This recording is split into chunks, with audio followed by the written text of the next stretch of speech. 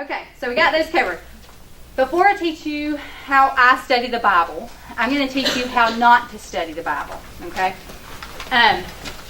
The main thing of how not to study the Bible is pretty much what I did a while ago. And I know for a fact that I was guilty of this early on in my walk with Jesus. And so if this is you right now, please don't be embarrassed. I mean, I kind of poke fun at it, but quite frankly, this is where most of us begin because we don't know otherwise. So it's okay. It's kind of that thing where you know you need to read the Bible because you hear you're supposed to, right? And you kind of want to learn, but you don't have a clue where to start. And some of you have been, like teaching the Bible probably longer than I've been alive, so you're way past that. For other people here, you might feel that way.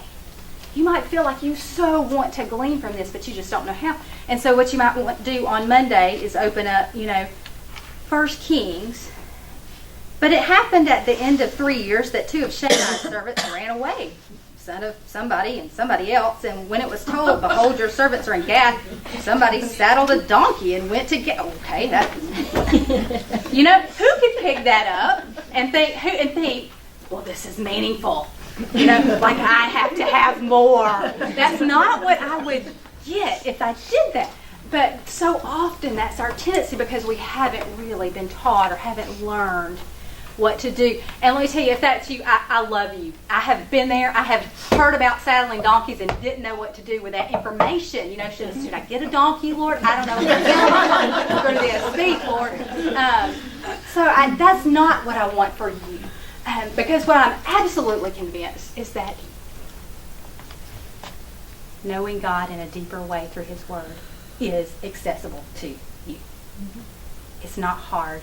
You don't need a seminary degree. I'm not going to give you a big chart tonight. I hope you didn't want that. What I'm going to give you is a really simple way that I study the Bible.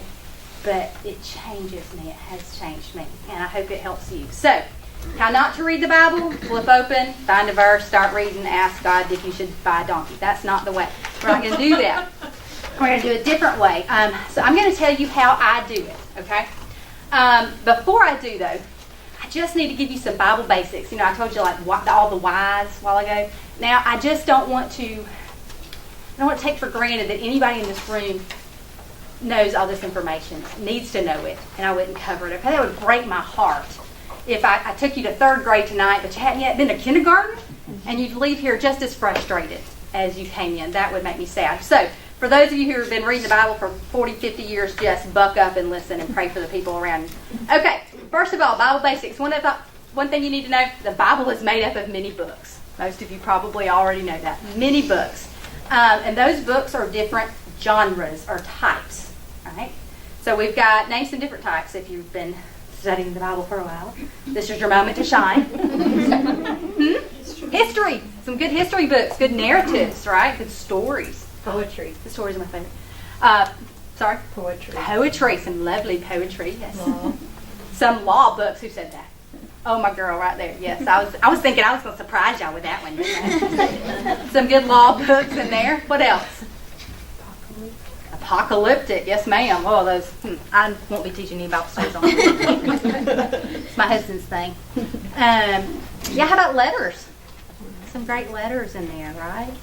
Yeah. So, as we learn to read the Bible, we have to know that when we start reading a book, we need to think about what kind of literature it is, what kind of book it is. That's why I'm a real firm believer in these study Bibles. Now, a lot of the times, you can read carefully and study, and you can figure out what kind of literature it is. But I cheat every day, and I read the first part in my lovely Bible at the very beginning of Psalms. Let me find it here because it's in the middle, and that's easy.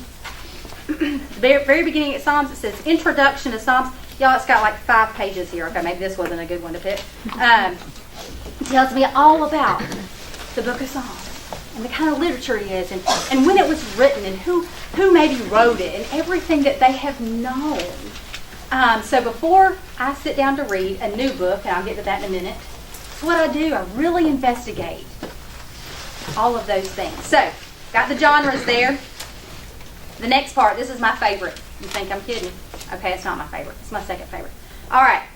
Turn to the very front probably right after the section that says, presented to Beth Lawrence by Nathan Lawrence. Isn't that cute?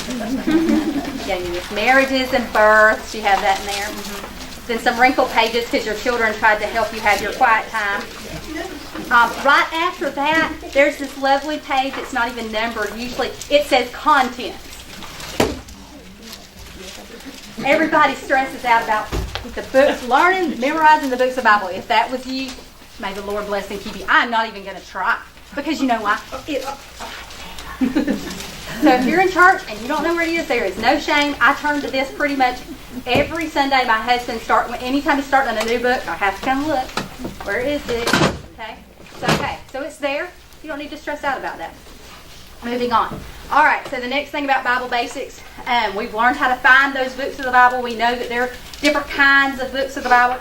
Can you tell I like to talk about the Bible? Y'all, I'm so excited right now. Next thing I want you to know, it's divided into two main parts. You probably know that. Some of you might not. Old Testament and New Testament. Everything in the Old Testament is before Jesus. It is setting us up to know Jesus. Everything in the New Testament, everything that happened while Jesus was on earth and then after. Okay? Up until the time that God closed the pages and said, this is it. Don't add anything to it. Take away from it. So there you go. Old Testament, New Testament. Something that I really love, most Bibles have, if you look in the back, mine has some lovely maps. My children love the maps. Mine also has a reading plan. Yours might have a reading plan. I don't stick to that at all. I have my own reading plan. Concordance. So important. Let's say as you're reading, you come across a word and you're like, I want to know a little more about that. You can flip to the back, or more often this is what happens to me. Like, what does the Bible have to say about Melchizedek is what mine. So there you go. You've got 4 great verses you can look up and find out more about Melchizedek. Why did I pick that name? I don't know. All kinds of things. So you can just do your own little investigation about what and most Bibles are very limited in their concordance. Okay, this is not going to be every time in the Bible that word is mentioned. You can go online actually and find a whole concordance. What an age we live in. Used to have these massive concordant books that you flip through, like really little print. So you don't have to do that. You just come right back here and find out. You need hope. What does the Bible say about hope? You come right here, you look up the word hope, and man, you just start digging. You just look at every single one of those, okay? So you need to know about that.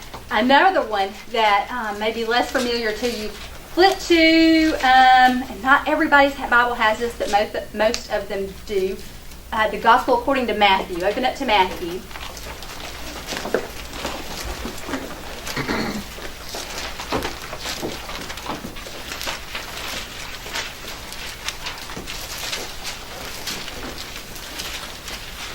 It would thrill me to the bone if somebody had to use their table of contents to get there.